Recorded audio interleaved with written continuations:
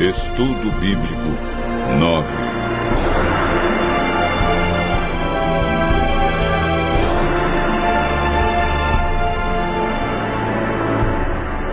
A verdade sobre a morte.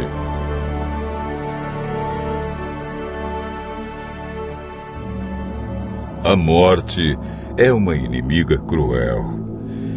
E a maioria das pessoas já sentiu a dor e a tristeza que ela traz. O assunto da morte tem sido um mistério que muitos tentam decifrar.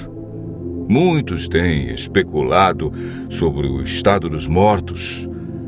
Para onde eles vão? Existe consciência na morte? Será a morte o fim ou apenas um estágio? Uma passagem para outras vidas? Hoje, no mundo cristão, há muitos ensinos sobre o estado do homem na morte. Vejamos o que a Bíblia diz.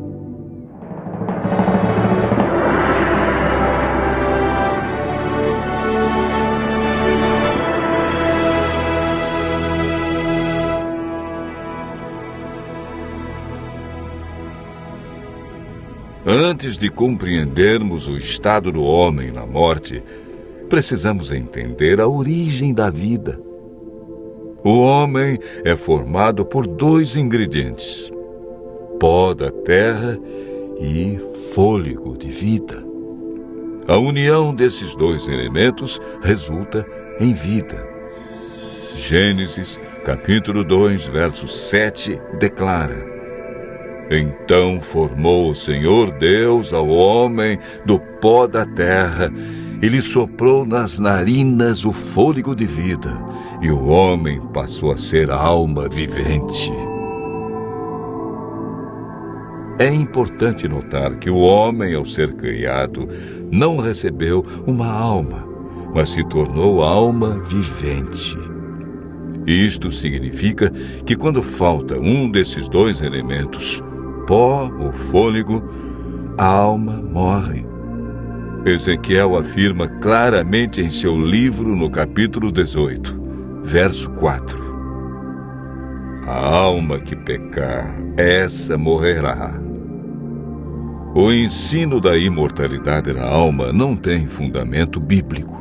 Paulo afirma em 1 Timóteo, capítulo 6, versos 15 e 16, que a imortalidade é um atributo exclusivo de Deus.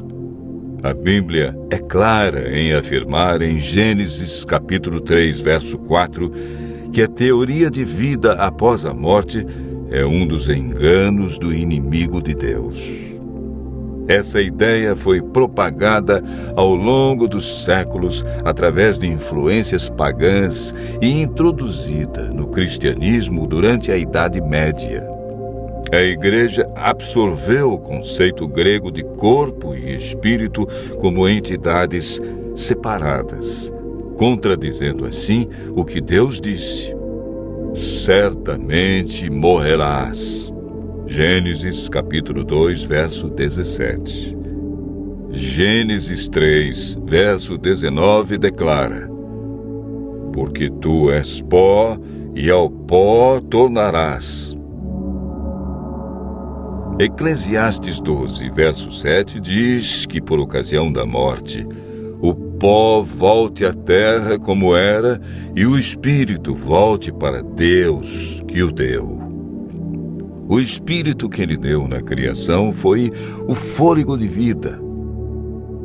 A palavra espírito, que vem do hebraico ruach, ou nechamar, e do grego pneuma, é empregada centenas de vezes na Bíblia. Algumas vezes traduzida por fôlego e outras por espírito, podendo ser usadas alternadamente. Portanto, espírito na Bíblia nunca se refere a uma entidade consciente, desencarnada.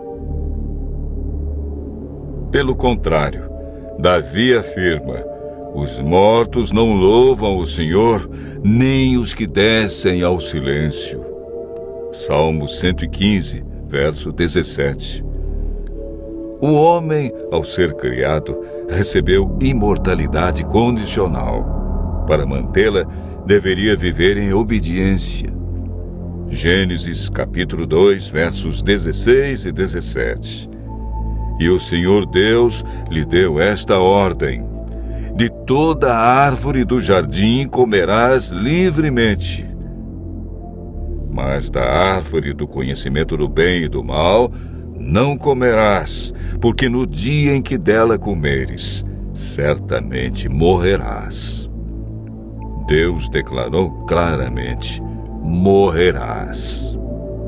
Foi Satanás, através da serpente, quem declarou: é certo que não morrereis.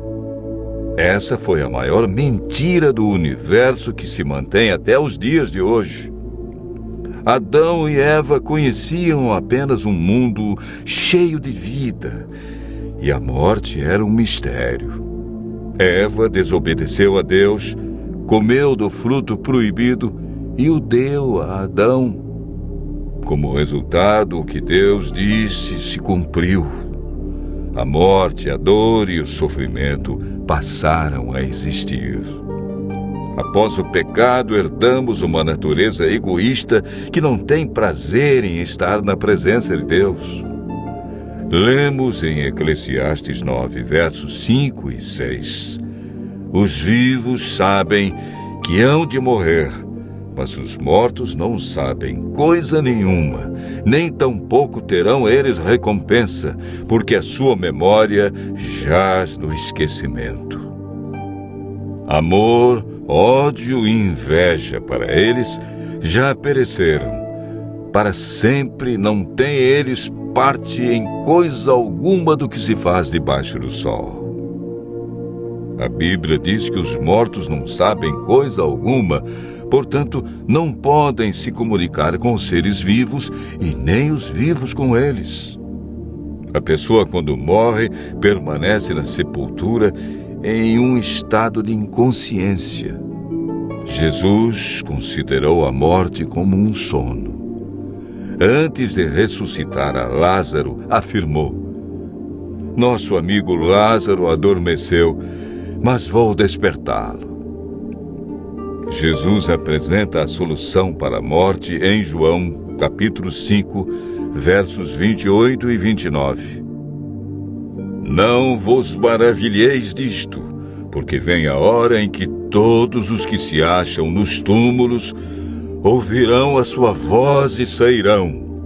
Os que tiverem feito o bem para a ressurreição da vida, e os que tiverem praticado o mal para a ressurreição do juízo, que ocorrerá após os 1000 anos. O que receberão aqueles que participarem da primeira ressurreição, a ressurreição da vida? 1 Coríntios, capítulo 15, versos 51 a 53, declara: eis que vos digo um mistério. Nem todos dormiremos, mas transformados seremos todos, num momento, num abrir e fechar de olhos, ao ressoar a última trombeta. A trombeta soará, os mortos ressuscitarão incorruptíveis, e nós seremos transformados.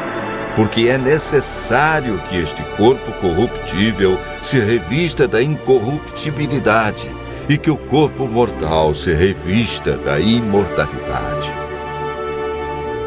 Desde que o ser humano pecou, perdeu a imortalidade. Mas por ocasião da segunda vinda de Cristo, os que o aceitarem como Salvador receberão a dádiva da imortalidade conquistada por Jesus na cruz. João afirma, e o testemunho é esse, que Deus nos deu a vida eterna, e esta vida está no seu Filho. Aquele que tem o Filho tem a vida. Aquele que não tem o Filho de Deus não tem a vida. Cristo promete que o vencedor de nenhum modo sofrerá o dano da segunda morte. Aqueles que aceitam a Cristo e a salvação que Ele traz experimentarão a alegria indescritível por ocasião de sua vinda. Desfrutando felicidade plena, passarão toda a eternidade em companheirismo com seu Senhor e Salvador. Continue ouvindo a voz de Deus e seguindo a sua palavra, e desfrute pela fé a esperança da imortalidade.